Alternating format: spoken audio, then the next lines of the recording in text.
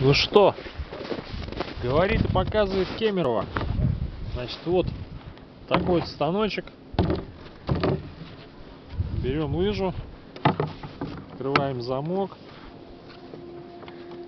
и устанавливаем. Все. Вот так вот достаточно крепко она стоит.